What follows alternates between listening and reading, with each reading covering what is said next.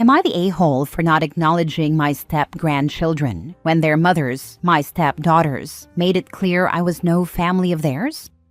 I need to know if I'm being heartless or if I'm justified. I, 52 female, am married to my husband. Let's call him Mark, 57 male. I have 3 children with my husband and 3 stepchildren from his previous marriage. My husband's previous wife died in childbirth, leaving him with 2 daughters, Eva, now 38, and Lisa, 36, as well as my stepson, Michael, 27. Michael is my son through and through, but my stepdaughters never acknowledged me in any capacity. On a good day, I was simply the woman married to their dad.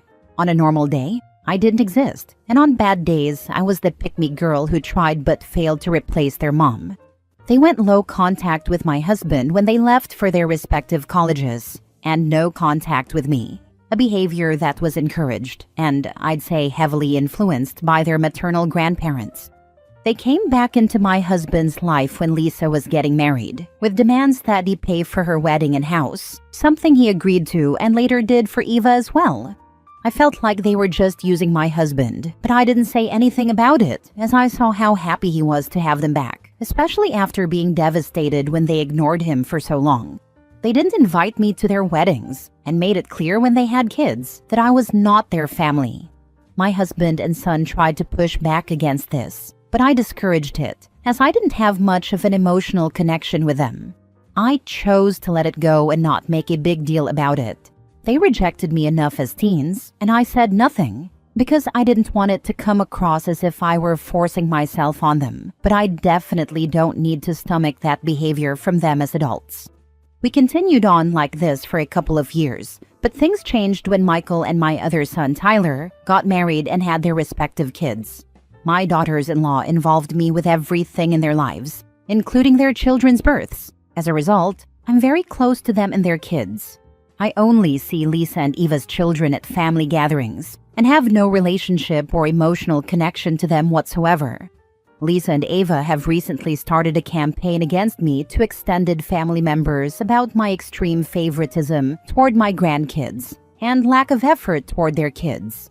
Honestly, I'm not bothered, and they aren't lying. My grandkids from my 2 sons are highly favored by me. They can never confront me, as we almost never talk beyond hellos, how are yous, and goodbyes. But they've also tried to involve my sons and their wives in this mess. Michael and his wife were there when the wedding fiasco went down, so they're not buying into this nonsense. Tyler is unbothered, as their treatment of me also extended to him and my other 2 children. His wife is loyal to me, but feels very sorry for the children involved. My husband has made it clear that he will not force me to do anything I don't want to do, the same way he didn't force them to involve or include me in their lives or that of their kids. Extended family members are very vocal about their disapproval of my behavior, but I don't treat those kids badly. I'm hardly ever around them.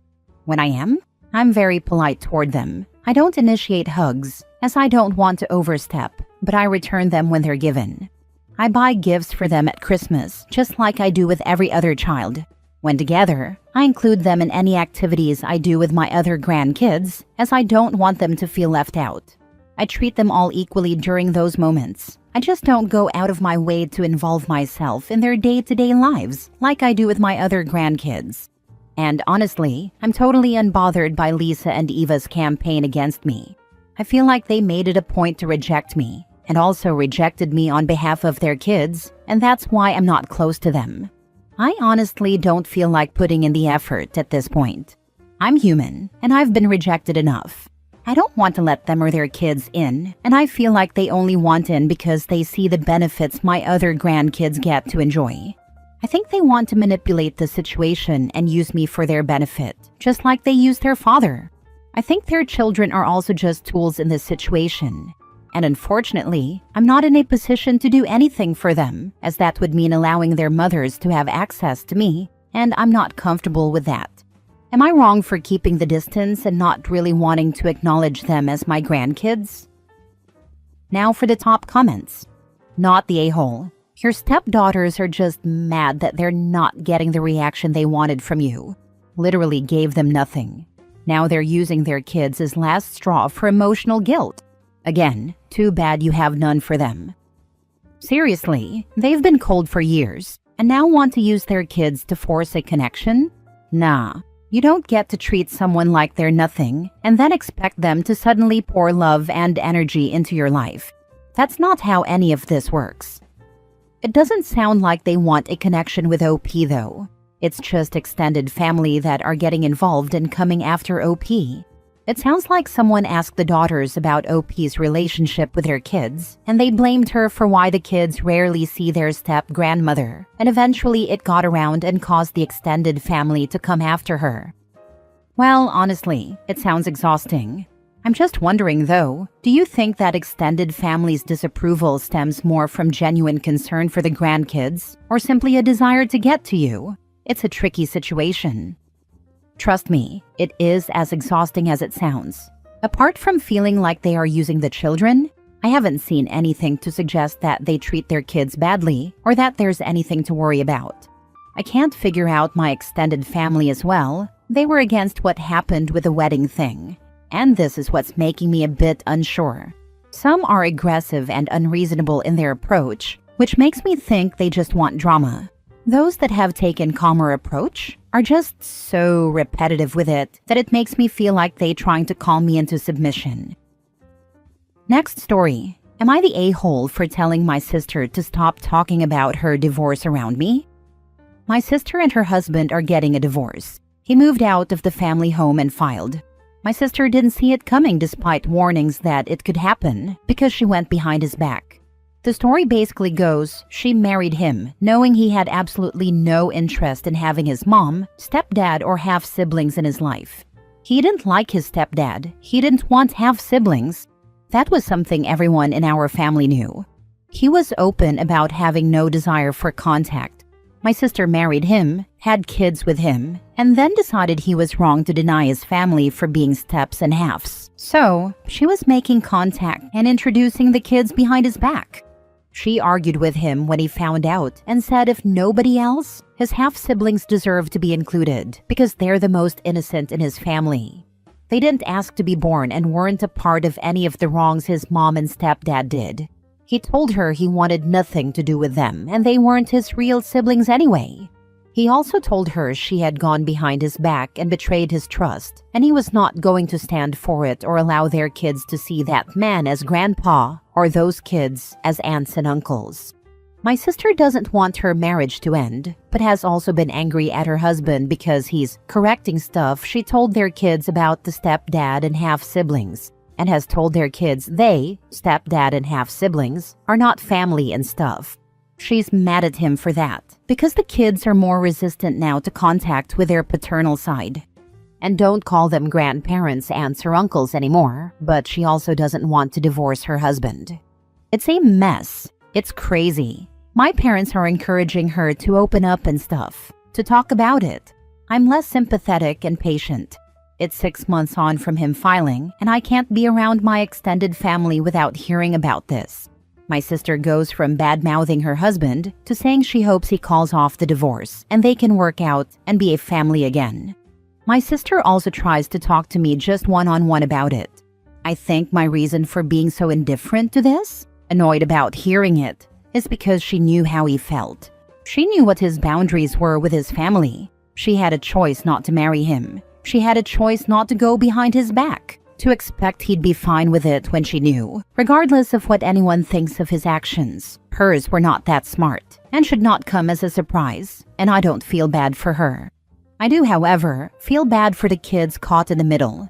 When my sister tried to talk about the divorce again 2 or 3 days ago, I asked her to stop talking about it with and around me.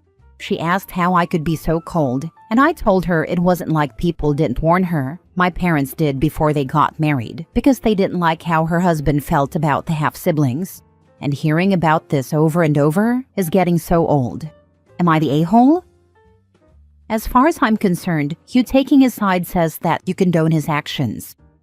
She also condoned his actions by marrying and having kids with him then. No, she didn't. And she has shown that by not going along with his behavior. She did. She married him knowing he was not talking to his step family. Married him knowing he wanted them to have nothing to do with future children. And she had children with him knowing that too. She went along with his behavior for years. For extra context, he didn't invite them to their wedding. She never even met them before she made contact with them herself.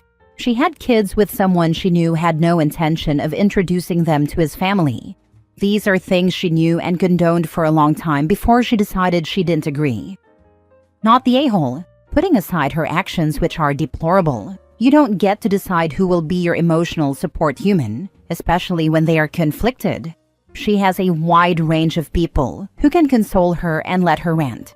You don't need to be one. You can't change the situation. If she doesn't understand why it is happening, she never will. Getting old is maybe a bit harsh, but refocusing from, I can't help you with that, but what else do you need help with? Some people are better at offering practical support than emotional. I agree with you, the poor kids. It's going to be so confusing for them. Mom says one thing, Dad says another. Mom says these are Dad's family. Dad denies them and refuses to be around them. Not to mention going from seemingly happy family to divorced family fast for them. Ugh, I hope they feel loved and supported through all this regardless. And what I still come back to is she knew. My sister's husband was clear, so this was no great shock to her. She just felt she knew better than him and she could get away with it, with nothing else changing. I'm entirely confused as to why it's so important for your sister that she and her kids have a relationship with his step family.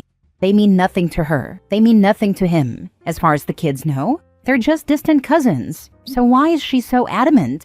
She knew it was going to cause issues. She did it anyway, and then doubled down afterwards. I'm calling her lies. She sabotaged the marriage because she didn't want to be the one calling for the divorce, and now she needs to play the victim to everyone and anyone she can possibly do so, in order to provide her a cover story. She wanted to be the hero who brought the family together. Last story. Am I the a-hole for expecting my husband to be home every night that we have his kids, my step-kids, at home? My husband has 2 kids from his previous marriage. Both boys, 12 and 14. They are sweet kids, but they're teenage boys. They're wild. They tend to get into fights. They're messy, and listening is not their best life skill at this stage of brain development. I do not have biological kids of my own. I met these kids when we started dating about 4 years ago, and we've all lived together for about 2.5 years. Long story, but we moved last summer about 60 miles from our old home. The move was because the boy's bio mom got remarried to a guy who lived in a different part of the state.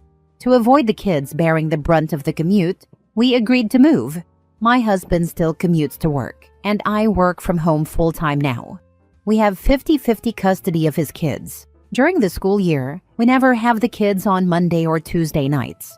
My husband enjoys playing in low-stakes bar poker games, so he generally does that on Mondays and Tuesdays.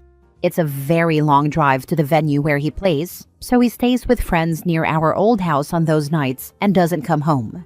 Not my favorite arrangement, but I go out of my way to ensure he feels like he has autonomy to enjoy his hobbies, something he definitely didn't have in marriage number 1.